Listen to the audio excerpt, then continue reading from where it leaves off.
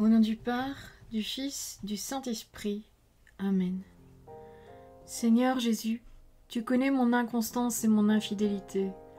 Tu sais combien je suis faible.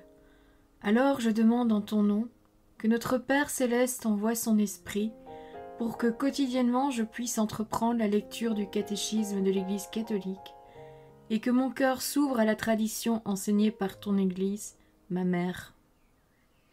Que je puisse ajuster toutes mes actions et mes œuvres à son enseignement.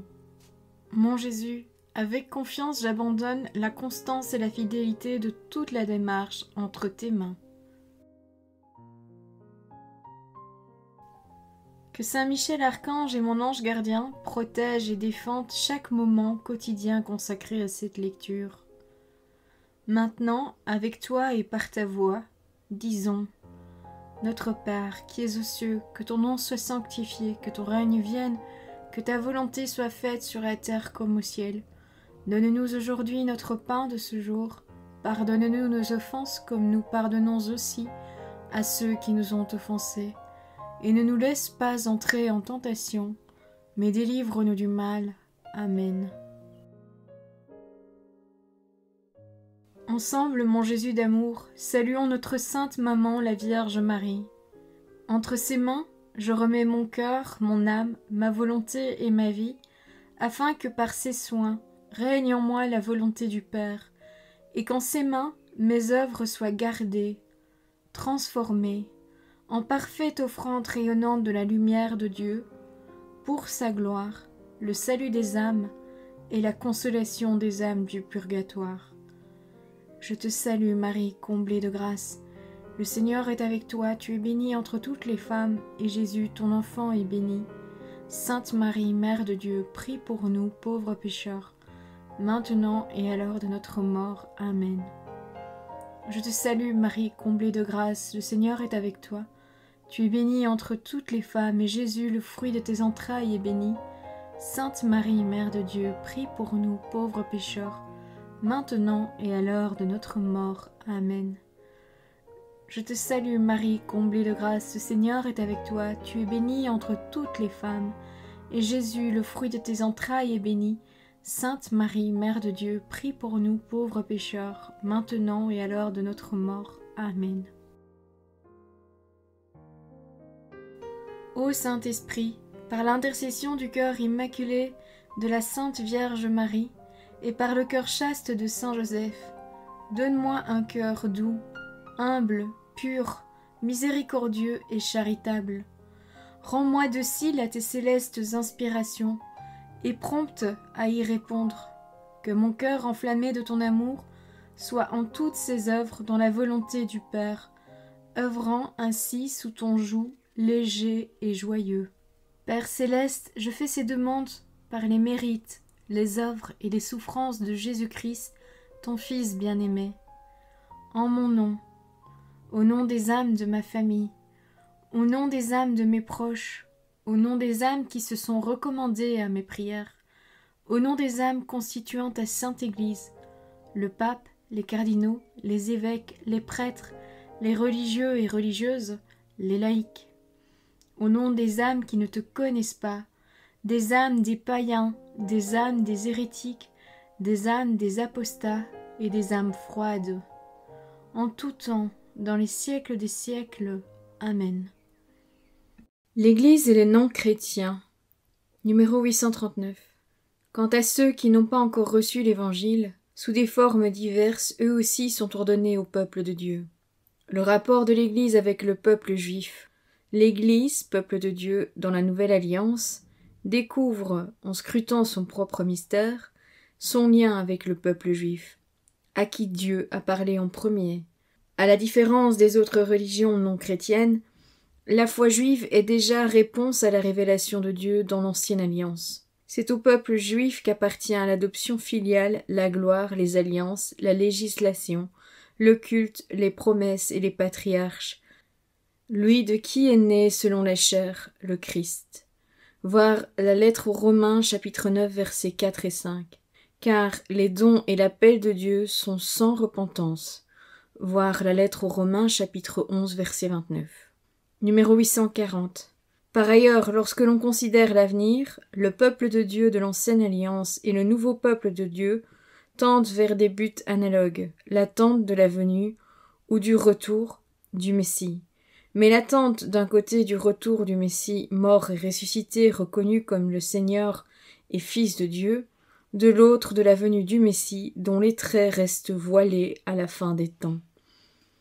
Attente accompagnée du drame de l'ignorance ou de la méconnaissance du Christ Jésus. Numéro 841.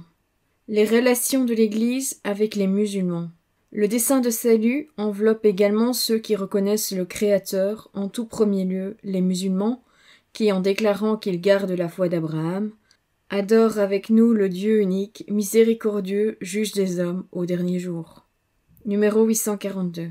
Le lien de l'Église avec les religions non chrétiennes est d'abord celui de l'origine et de la fin commune du genre humain. En effet, tous les peuples forment une seule communauté, ils ont une seule origine, puisque Dieu a fait habiter toute la race humaine sur la face de la terre. Ils ont aussi une seule fin dernière, Dieu, dont la providence, les témoignages de bonté et les desseins de salut s'étendent à tous jusqu'à ce que les élus soient réunis dans la cité sainte.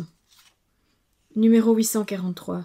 L'Église reconnaît dans les autres religions la recherche, encore dans les ombres et sous des images, du Dieu inconnu, mais proche, puisque c'est lui qui donne à tous vie, souffle et toutes choses, et puisqu'il veut que tous les hommes soient sauvés. Ainsi l'Église considère tout ce qui peut se trouver de bon et de vrai dans les religions comme une préparation évangélique et comme un don de celui qui illumine tout homme pour que finalement il ait la vie. Numéro 844. Mais dans leur comportement religieux, les hommes montrent aussi des limites et des erreurs qui défigurent en eux l'image de Dieu. Bien souvent trompés par le malin, ils se sont égarés dans les raisonnements, ils ont échangé la vérité de Dieu contre le mensonge en servant la créature de préférence au Créateur, ou bien, vivant et mourant sans Dieu en ce monde, ils sont exposés à l'extrême désespoir. Numéro 845. C'est pour réunir de nouveau tous ces enfants que le péché a dispersé et égaré que le Père a voulu convoquer toute l'humanité dans l'Église de son Fils. L'Église est le lieu où l'humanité doit retrouver son unité et son salut. Elle est le monde réconcilié.